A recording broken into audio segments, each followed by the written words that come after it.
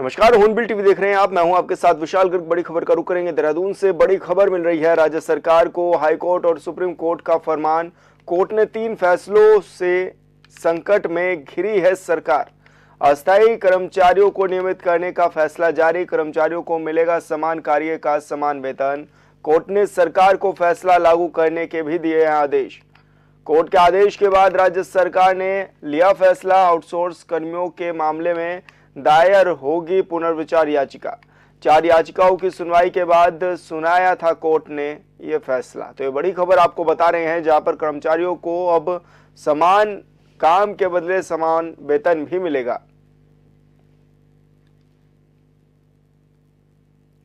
और संवाददाता अरुण सैनी हमारे साथ फोन लाइन पर जुड़ गए हैं। अरुण, क्या कुछ जानकारी मिल रही है? किस तरह का ये फरमान दिया गया है हाई कोर्ट और सुप्रीम कोर्ट के द्वारा राज्य सरकार को? जी सर, देखिए उपनल राज्य में करीब 25,000 से अधिक उपनल कर्मचारी जो है वो कार्यरत है, जिसमें कि कई विभागों में कर्मचारी अपनी सेवाएं दे रहे थे। ऐसे में उनके नियमितीकरण को लेकर जिस तरीके से लगातार उन्होंने आंदोलन भी किया और लगातार सड़कों पर उतरने का काम भी किया, और जब तक नियमितीकरण उनका नहीं होता तब तक समान कार्य समान वेतन देने की मांग उनकी, इन दोनों मांगों को लेकर अपनल कर्मचारी कई बार जो है प्रदर्शन भी कर चुके हैं, और इसी के लिए उन्होंने हाईकोर्ट का दरवाजा भी खटखटाया था। तो हाईकोर्ट ने उनके पक्ष में फैसला लिया। तो ये कहा था कि 6 महीने के अंदर इन्हें समान वेतन दिया जाना चाहिए, और इसी के साथ साथ ही एक साल के अंदर अंदर नियमितीकरण को लेकर पॉलिसी तैयार की जानी चाहिए, जिसके लिए सुप्रीम कोर्ट गया। राज्य सरकार सुप्रीम कोर्ट गई और वहां पर उन्होंने याचिका डाली कि जो है हाई कोर्ट के फैसले पर जो है स्टे लिया जा सके। ऐसे में लेकिन सुप्रीम कोर्ट ने याचिका खारिज कर दी है, और अब ये माना जाए जिस तरीके से सुप्रीम कोर्ट ने भी आदेश दिए और ये कहा है कि इन्हें नियमितीकरण का किया जाना चाहिए और समान कार्य समान वेतन जो है इन्हें दिया जाना चाहिए। तो ऐसे में आगे से जो है प्रदेश सरकार भी चिंतित है, और ऐसे में क्योंकि 500 करोड़ से अधिक का जो है वो बाहर राज्य सरकार पर पड़ेगा, जिसको लेकर राज्य सरकार चिंतित भी है। तो ऐसे में अब उन्होंने एक बार फिर जो है सुप्रीम कोर्ट का दरवाजा खटखटाया और पुनः विचार याचिका जो है वो दायर की है। तो ऐसे में अब ये देखने वाली बात होगी कि सुप्रीम कोर्ट इस पर क्या फैसला लेता है। जो याचिका दोबारा सरकार की तरफ से दायर की गई है उस पर क्या कुछ संज्ञान लेता है, और ऐसे में जो उपनल कर्मचारी हैं उनका अब ये कहना है कि जब हाईकोर्ट ने उनके पक्ष में फैसला किया, सुप्रीम कोर्ट ने उनके पक्ष में फैसला किया, तो उन्हें जल्द से जल्द जो है समान काम समान वेतन दिया जाना चाहिए। बिल्कुल अरुण, सही कहा आपने कि राज्य सरकार भी अब पुनर्विचार याचिका पर जोर दे रही है। बहुत बहुत शुक्रिया आपका तमाम जानकारी साझा करने के लिए। खबरों में आगे बढ़ेंगे। उत्तराखंड में अपनी 5 सूत्रीय मांगों को लेकर आगामी 24 अक्टूबर को यूकेडी तांडव रैली करने जा रही है। इस दौरान यूकेडी सीएम आवास का घेराव करेगी। इसी के चलते हरिद्वार प्रेस क्लब में पत्रकारों से बात करते हुए यूकेडी केंद्रीय कार्यकारी अध्यक्ष आनंद प्रकाश जैन ने अपनी 5 मांगों को भी रखा है। उन्होंने कहा है कि सरकार सदन में विपक्ष की ओर से समान नागरिक संहिता के बिल को परवर समिति को भेजे जाने के अनुरोध को ठुकराकर आनन फानन में 9 नवंबर को लागू करने जा रही है, जिसका यूकेडी विरोध करती है और सरकार के फैसले को वापस लेने की मांग भी करती है।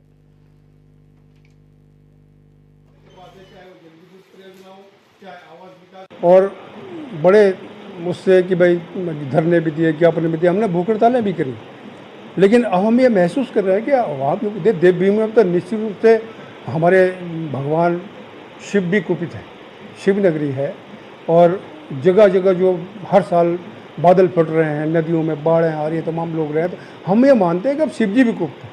तो हम शिव जी का अपने को प्रतीक मानते हुए इस रैली का नाम हमने तांडव रैली रखा है, और इसमें हमारे 5 जरूरी बिंदु हैं। पहला तो देश का एक कानून है, तो मूल निवास अगर पूरे देश में तो हमारे यहाँ क्यों नहीं लागू है? तो हमारे यहाँ की उसकी कट ऑफ डेट तो वर्ष 1950 रखते हुए उत्तराखंड में चाहे मैदानी क्षेत्र है चाहे पर्वतीय क्षेत्र है, हम तमाम जो कि यहाँ के नागरिक हैं उन पर मूल निवास लागू किया जाए। देवभूमि उत्तराखंड जल्द ही देश का पहला राज्य बनने वाला है जहां यूसीसी लागू होगा। समान नागरिक संहिता की नियमावली के लिए बनाई गई कमेटी ने सीएम धामी को नियमावली ड्राफ्ट हैंडओवर कर दिया है। उम्मीद है कि राज्य स्थापना दिवस के दिन सरकार इसे लागू कर देगी। हालांकि प्रेस कॉन्फ्रेंस में सीएम धामी ने कानून लागू करने की तिथि का जिक्र नहीं किया, लेकिन इतना जरूर कहा कि जल्द ही कैबिनेट की मीटिंग होगी जिसमें कानून को लागू करने की तिथि पर चर्चा होगी। 20 नवंबर को केदारनाथ विधानसभा में उपचुनाव भी है और ऐसे में अब विपक्ष भी इस तरह के सवाल उठा रहा है।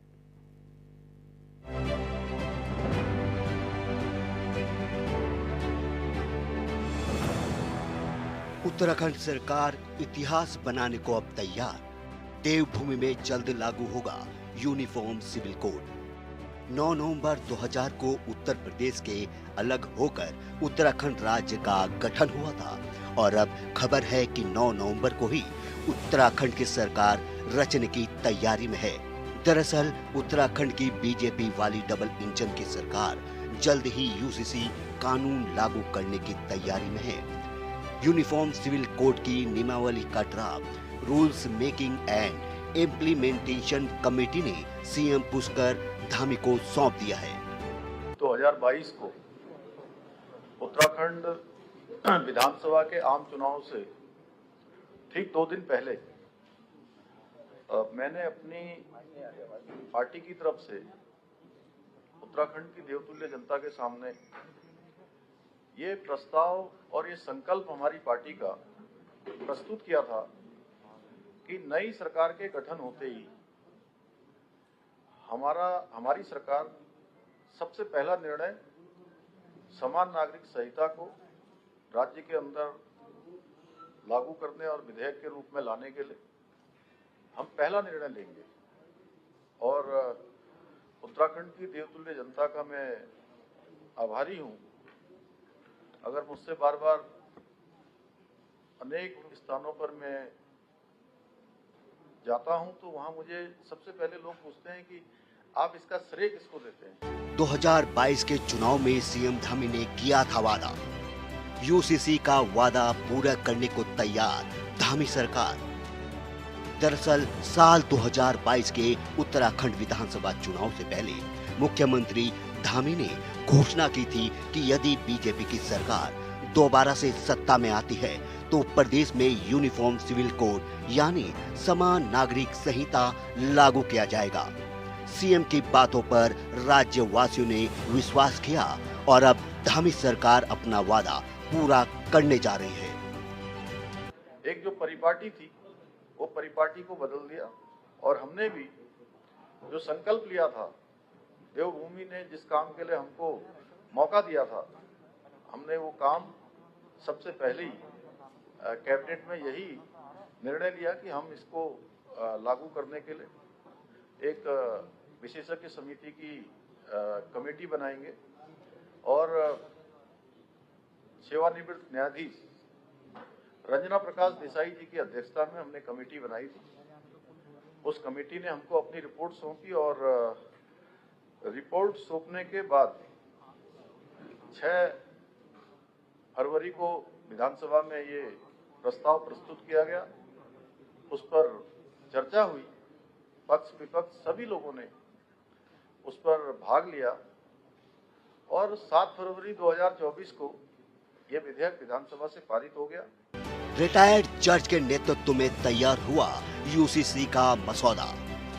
यूसीसी को लेकर कई महीनों तक कमेटी ने की चर्चा। आम जनता की राय लेकर तैयार किया गया यूसीसी। दोबारा सीएम बनने के बाद मुख्यमंत्री धामी ने यूनिफॉर्म सिविल कोड पर काम करना शुरू कर दिया था। यूसीसी का मसौदा तैयार के लिए धामी सरकार ने रिटायर्ड जस्टिस रंजना देसाई की अध्यक्षता में कमेटी का गठन किया। कमेटी ने कई महीनों तक चर्चा, विचार विमर्श और आम जनता की राय लेकर यूसीसी का ड्राफ्ट तैयार कर सीएम धामी को सौंपा, जिसे धामी कैबिनेट ने मंजूरी दी। 7 फरवरी को विधानसभा से पारित हुआ था यूसीसी विधेयक।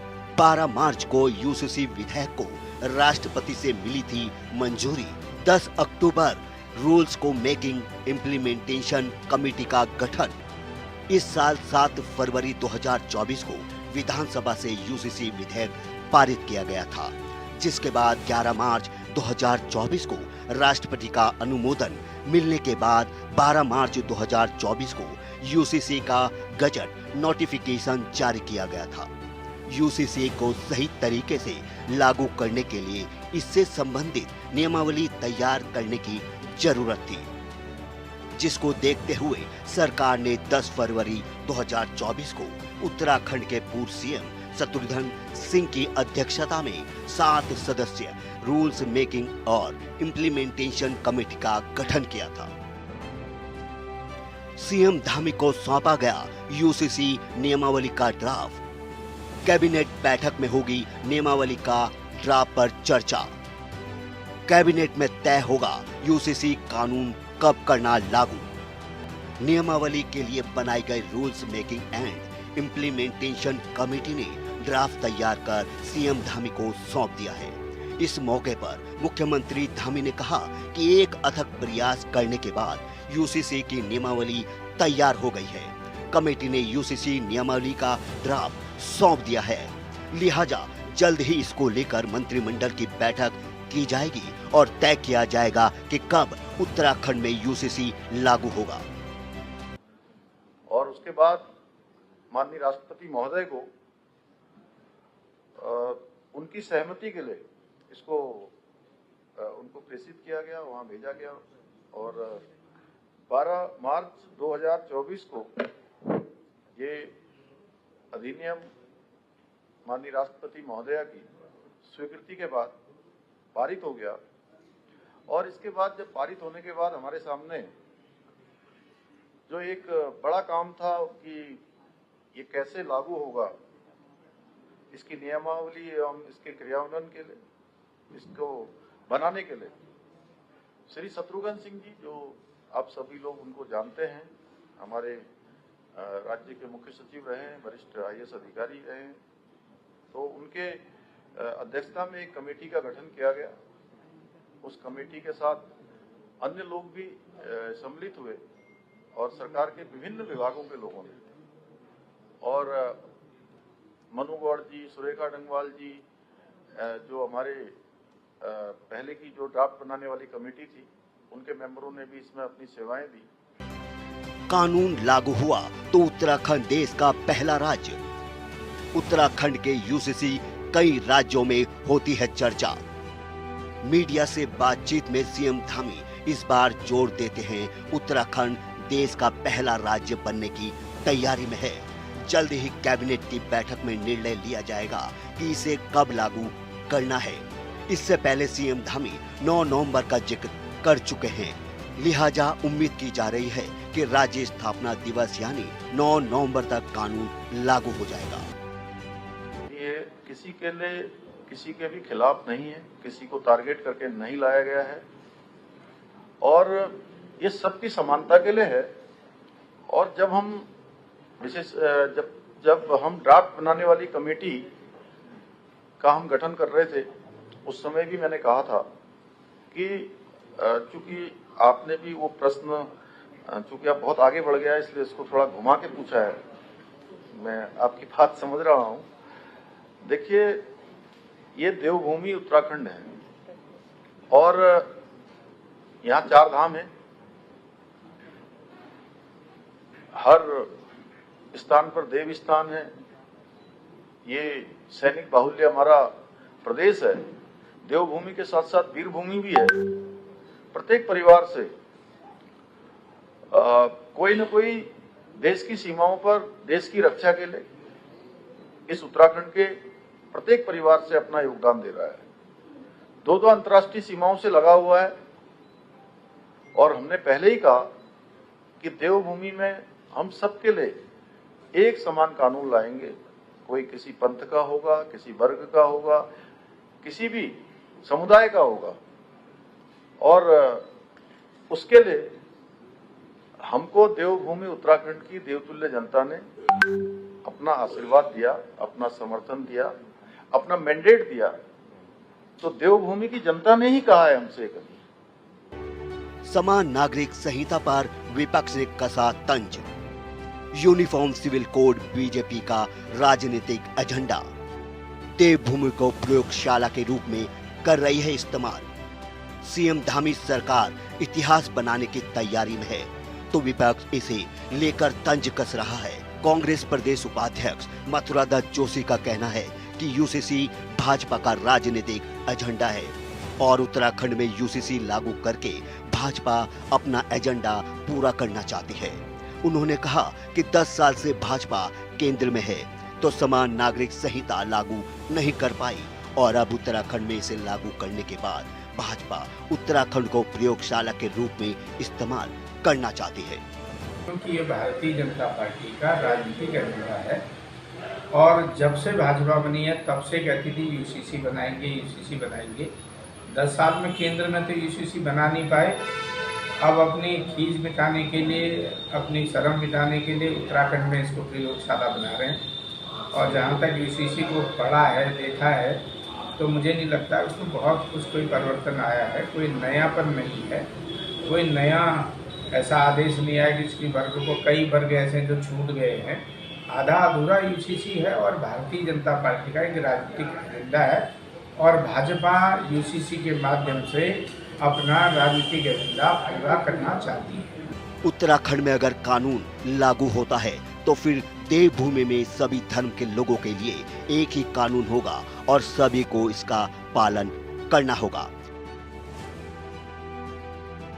Bureau report, hornbill TV. Mussoorie के नगर पालिका परिषद सभागार में जिलाधिकारी सविन बंसल ने जनता की समस्याओं को सुना और जल्द उसे दूर करने का आश्वासन भी दिया।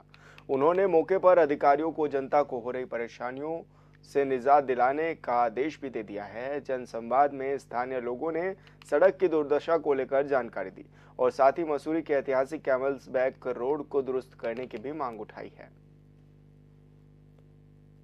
50 साल से उस रास्ते को यूज कर रहे हैं। रिपोर्ट्स हमारे जॉइंट सर्वेज हुए थे डिपार्टमेंट्स के, तो उस रिकमेंडेशंस के पश्चात ही ये कार्रवाइयाँ शुरू की गई। इंक्रोचमेंट में ऑलरेडी हमारे जॉइंट कार्रवाई गतिमान है, सिर्फ उसे इंटेंसिफाई करने की आवश्यकता होती है। वो वन ऑफ इंस्टेंस ना रहकर रेगुलराइज हो, तभी डेटरेंस वैल्यू क्रिएट होता है। तो हमारे विजिट्स का और इंस्पेक्शंस का भी यही पर्पस होता है कि डिपार्टमेंट्स अपने काम ठीक से करें, अकाउंटेबिलिटी फिक्स हो और पब्लिक से हम ग्रीवेंसेस सुन सकें। पौड़ी जिले के वरिष्ठ पुलिस अधीक्षक लोकेश्वर सिंह ने मासिक अपराध गोष्ठी का पुलिस लाइन पौड़ी में आयोजन किया है। इस दौरान उन्होंने सभी थाना प्रभारियों को गांव-गांव जाकर ग्रामीणों को अपराध और नशे के दुष्प्रभाव के प्रति जागरूक करने के निर्देश दिए। साथ ही त्योहारी सीजन को देखते हुए सभी थाना प्रभारियों को थाना क्षेत्र में पैदल गश्त करने को भी कहा गया है। वहीं बैठक के दौरान वरिष्ठ पुलिस अधीक्षक ने ये जानकारियां भी प्राप्त की हैं।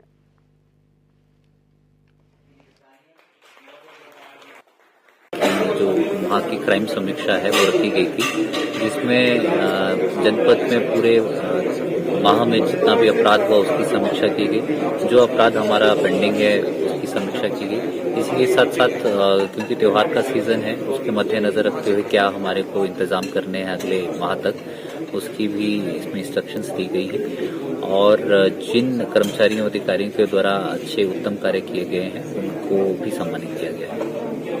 देखिए, जो राज्य सरकार का एक मंतव्य है कि वर्ष 2025 तक राज्य को नशा मुक्त बनाया जाए, उसके संदर्भ में हम कार्य करते हुए महिलाओं से जुड़ने का विशेष प्रयास कर रहे हैं। रुड़की आईआईटी की मेस में चूहे मिलने की खबर चलने के बाद खाद्य सुरक्षा विभाग के अधिकारी आईआईटी में पहुंचे हुए हैं, जहां पर उन्होंने जायजा भी लिया है और अधिकारियों के साथ उन्होंने निरीक्षण भी किया। इस दौरान तमाम जो स्टूडेंट्स हैं उन्होंने भी ये मांग उठाई थी कि खाने के दौरान चूहे देखे गए हैं, जिस पर यह संज्ञान भी लिया गया है।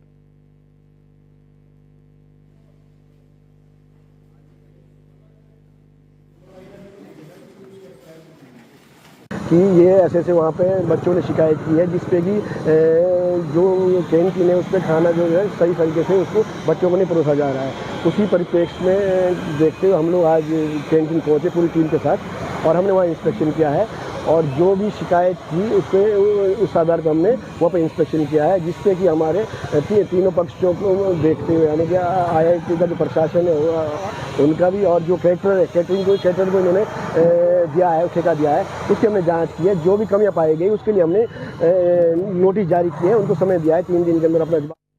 लोहाघाट के रायकोट कुंवर गांव में देर शाम अपने घर जा रहे 3 साल के बच्चे को गुलदार सीढ़ियों से उठाकर ले गया और ऐसे में अब बच्चे को आनन फानन में परिजनों ने अस्पताल में भी भर्ती कराया है, जहां पर बच्चा परिजनों को मिल गया है और अब उसका इलाज भी जारी है।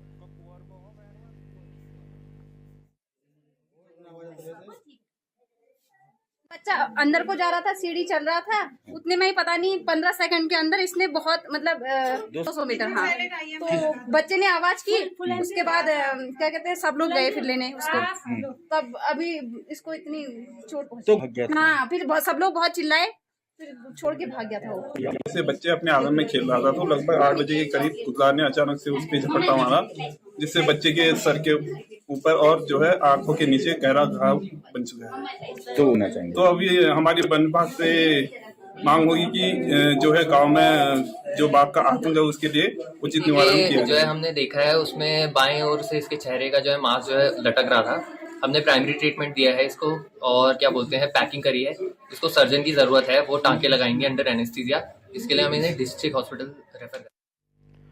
करवा चौथ के त्योहार को लेकर अल्मोड़ा का सल्ट बाजार भी अब सज गया है और ऐसे में करवा चौथ व्रत की तैयारियां भी शुरू हो गई हैं। पति की दीर्घायु के लिए ये व्रत रखा जाता है, जिसके लिए पत्नियों की तैयारियां भी शुरू हो गई हैं। ऐसे में चंद्रदेव की पूजा के बाद ही इस व्रत का समापन किया जाता है।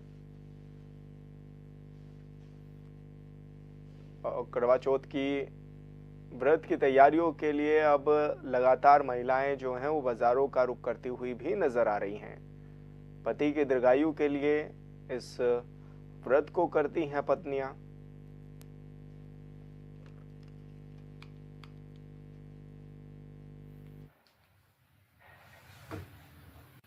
यह सौभाग्यशाली महिलाओं के लिए और सभी के लिए शुभ फलप्रद हो।